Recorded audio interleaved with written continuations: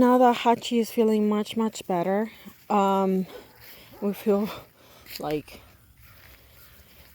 restful enough to talk about this.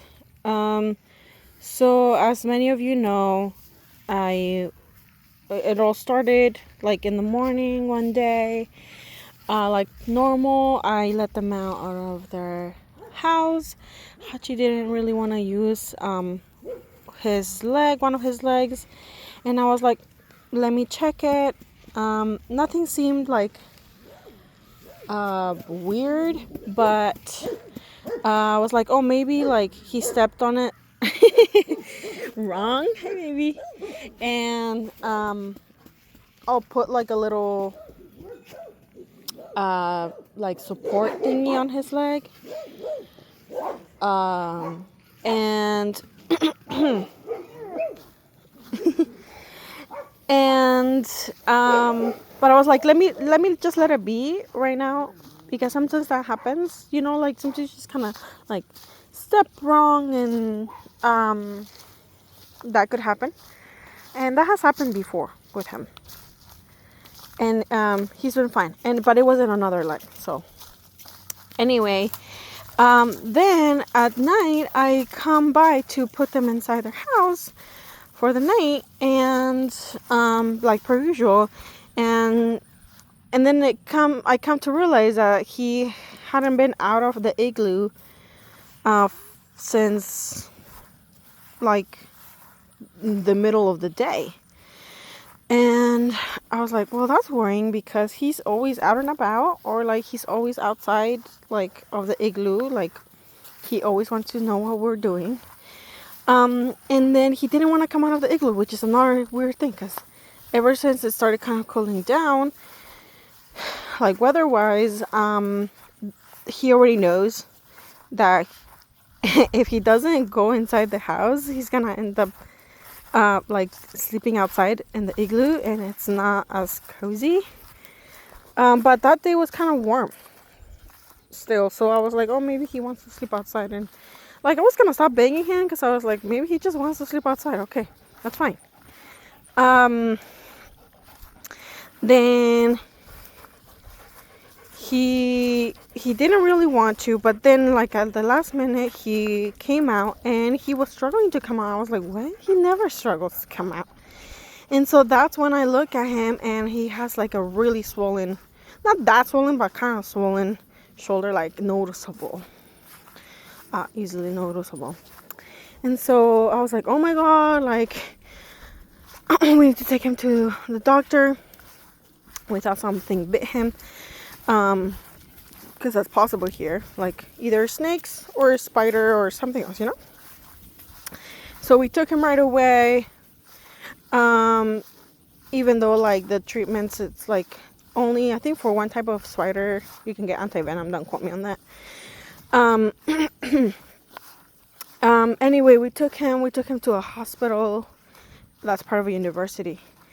And so I was like debating whether to take him there, because the consult was $250, just like the exam to see him, not even to do any diagnostics like x-rays, blah blah.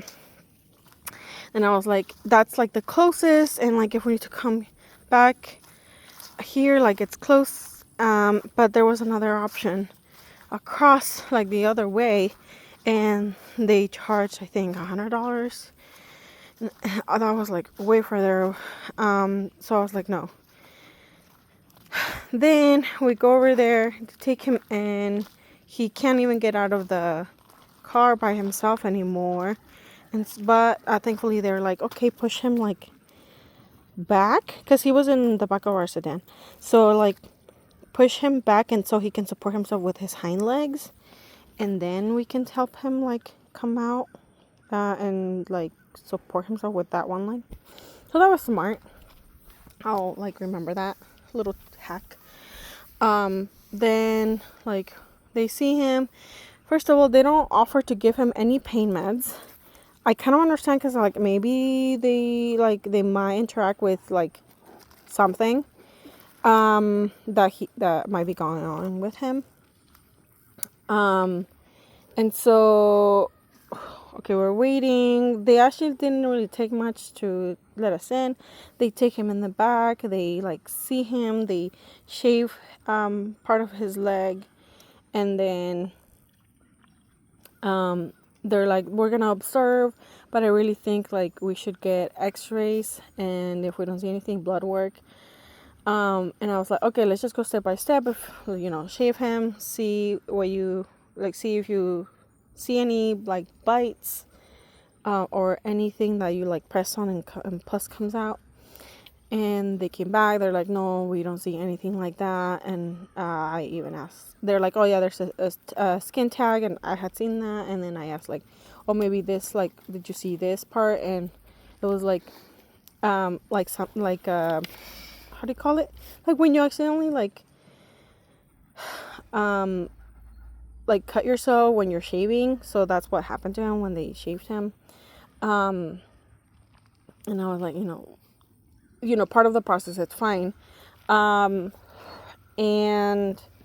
then they didn't see anything. Then they did X-rays, which was like, I believe it was $600 for that. Then they came back, and I believe the doctor is like a general like doctor, like for vet, but general vet.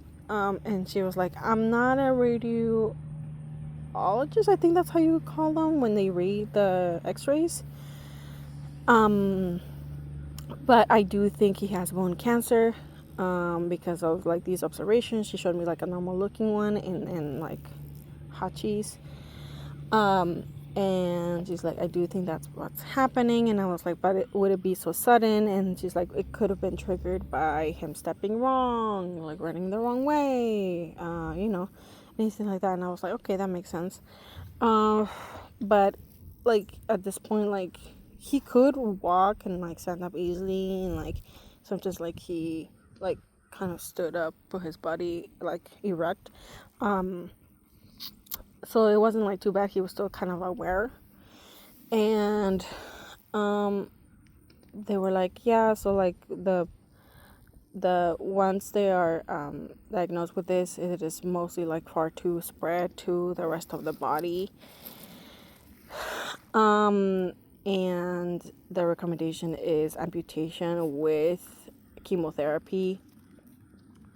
Amputation would just be for, and it wasn't clear like why amputation, so I kind of had to ask like, oh, why would it be an amputation, like what, blah, blah. And she was like, okay, so there's just for different aspects, the pain part, like take away his pain, and the actual spreading of the disease or removal of the disease. And so taking away, like amputating his limb would remove the pain. And then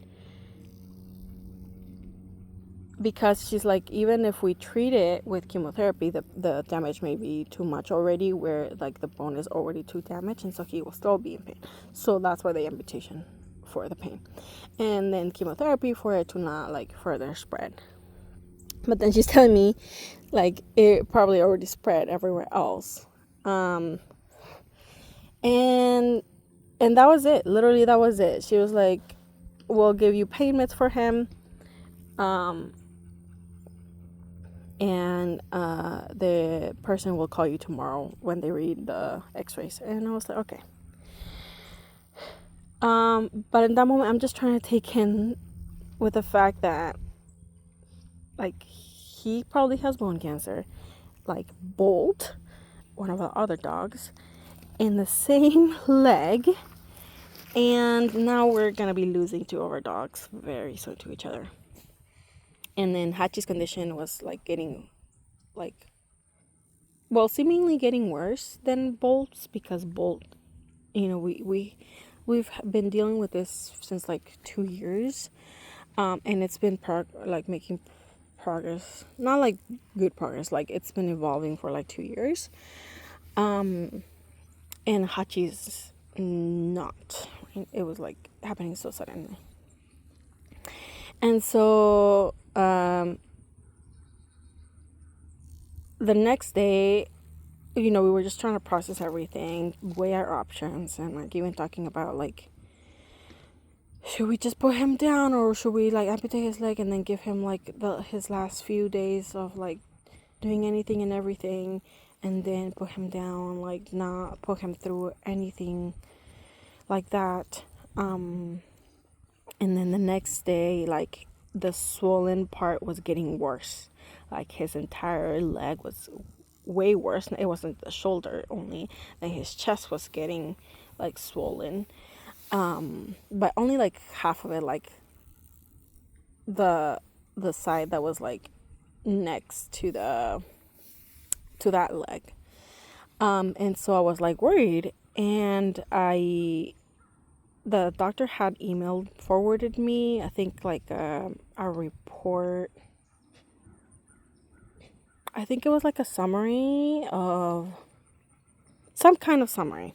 And so I had her email, and so I emailed her. I was like, oh no, she emailed me the x-ray report that had been read by the professional. And like it was like cryptic language to me. I don't know those words. I'm not in the healthcare system. I'm not going to try to decipher it with the internet because it's obviously not reliable. And all I could get from the assessment, from that wording, was like, it could be this or it could be that. No definitive answer. And so I was like, oh, like, can you clarify what this means? If you could call me. And I gave my number, even though they should have my number in the system. Didn't get a reply that day. Also, like, sent her a message later that day too, because like email, because his swelling was getting worse. And I was like, oh, I didn't even remember to ask if this is part like of the bone cancer or something else, like, or what's happening here, because it was kind of like, it was feeling like it was getting under control, like out of control. And so I was worried about the swelling, and so I emailed her, and then I also called them, and I was like, can you, like, I have this question about the swelling, like, is there, anything that you know? And then they're like, we'll have her call you.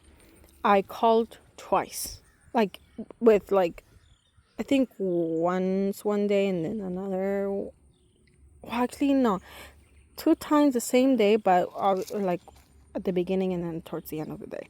And also I was like, maybe she's just like night shift, because remember, all of this happened during the night, very late. Well, I didn't get a call back from her the next day. I got forwarded like medical history about Hachi, and even though she could have like typed a little email there with the report, she didn't. No call. Then I was like, I need to do something about this. I'm gonna take him to another vet. And I was like, he seems like in a quote unquote stable like way, like he, like at this point you guys saw him, like he could not do anything. Like, thankfully he ate quite well, and I was giving him snacks, so he could just eat something. And I did see him poop once, so that was like going okay. But anyway, I was like, I need to take him somewhere else, and preferably like during the day, so we avoid like those costs of like emergency like hours. And I found literally a place called Affordable, I think, Vet or something. And so we took him in, and they're like, oh, I think you're gonna have to take him to a hospital. And I was like, really? And he's like, I think so. And then he's like, I think it was like mostly like of a shock of like, I don't know what this could be. Then he's like, well, okay, could be animal bite, whatever animal. Could be just an infection, or or a foreign thing like went in there, and then his body's reacting to it, like foreign material. or bone cancer. And then he's like, bone cancer kind of comes on top of the list because of his age and his breed. Hey, baby. And I was like, okay. And then I said, well, is the swelling, like, could the swelling be part of the bone cancer? And he said, yes. And I was like, okay, but I'm like, I'm still like worried because like this is like getting worse, and we definitely don't want it to get worse.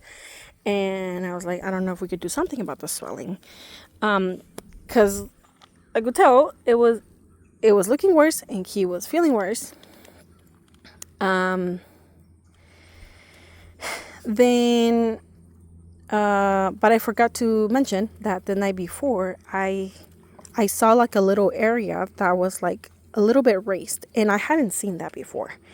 And I was like, I don't think they saw this before at the hospital, and I don't think I saw it either. So it must have developed. And then my mom was like, oh, maybe he actually got bit by something, and that's the area. And if you poke it, pus will come out. And I was like, very hesitant to poke it because obviously I do not advise this. But we do have experience with Hercules getting bit by a spider. And because we didn't get to him like on time because we didn't know what was going on, he almost lost his leg. And we could see the bone and everything because like they had to open it up and drain it. That was bad. Thankfully, look at him. He's doing well. Anyway, we've had that experience. So we had that hunch. And so I kind of poked it a bit. Literally did not even make like a visible hole. I poked it a bit with like a needle. And slowly but surely, pus was coming out. And that's one of the things that the doctor from the hospital was like there's no squishiness, like no pus coming out from anywhere. So I don't think it's an infection or like an animal bite. And so I was like, okay, well now this is looking like some kind of different situation. This directly is the opposite of what the doctor did not find at the hospital. And so anyway, so we're at this other clinic and he's like, we're gonna check. Oh, and I told him like, I kind of poked in there and like pus was coming out. He's like, okay, so we're gonna, because his hope was like that it could drain. He's like, this is gonna explode, and at home all you could do is wash it and treat that, and unless there's like a way to drain it. And like he was hesitant to like do any draining because it was near the shoulder, and he's like, apparently like surgeons don't even want to touch the shoulder area. Anyway, he's like, okay, now that you mentioned the hole, maybe we can like poke there and let pus come out. So they took him back, and he's like, oh my god, a whole bottle of pus came out. So he's like, I definitely think more like it could be like an animal bite. And literally Hachi was feeling better after I poked him, and even more so after they took out the pus, like almost immediately. And you can see that doctor had like, like kind of like a smile on his face, but not like literally smiling. You could see his perplexion. Is that how you call it? Anyway, so they drained it out. They didn't put any tubings or anything. He's like, just let it drain. And they gave me antibiotics and more pain meds. They're like, don't give these anymore, give these, blah, blah, blah, blah. Okay. Then just monitoring. He's like, it should be getting better. I believe he said within the next 2 weeks or something. Literally like the next day, Hachi was already feeling so much better. He was like walking and being more himself. Then the day after that, he started howling in the morning, which is something he does, that he's happy and excited. And so, yeah. And then the doctor from the hospital finally calls me the day that I took him to the other doctor. So like imagine, oh my god, we were gonna put him down. We were gonna amputate his leg already. if we hadn't gotten another opinion. So I think mostly, moral of the story here is like, get another opinion if you can, if time allows. And mostly for us too, like that's advice for us. But anyway, turns out that hospital has had really bad reviews lately. And even people who had spent like thousands of dollars there, and they got a terrible experience. They were literally defrauded. And so I was like, oh my God, we dodged a bullet, because first of all, we didn't even end up spending that much money, but like Hachi, it all ended up like going well.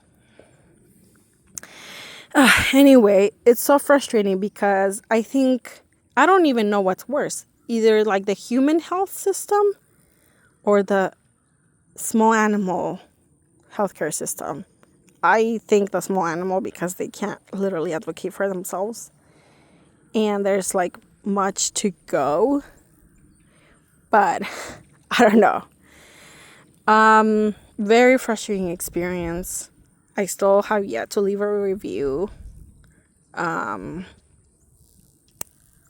Yeah, that's unacceptable. Unacceptable. And I don't think it's wholly like the responsibility of one doctor. Obviously, it's a systemic issue, and mostly take into consideration the reviews.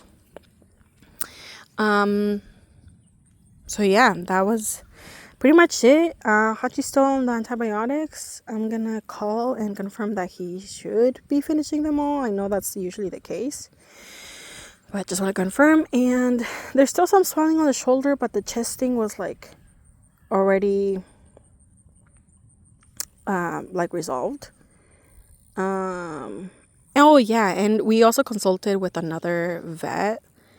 Like he used to see them when we lived in California, with pictures and such, and with the information that we had. And he's like, oh my God, like he's not gonna survive amputation. He's not gonna survive surgery. I think like it already spread to the thorax.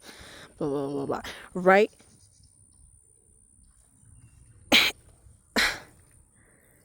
And I think mostly because he was biased with the diagnosis. And I am so thankful that the second vet that we took him to like was not immediately biased, and he was trying to find like how to help him, even though he might still have bone cancer. He probably still does.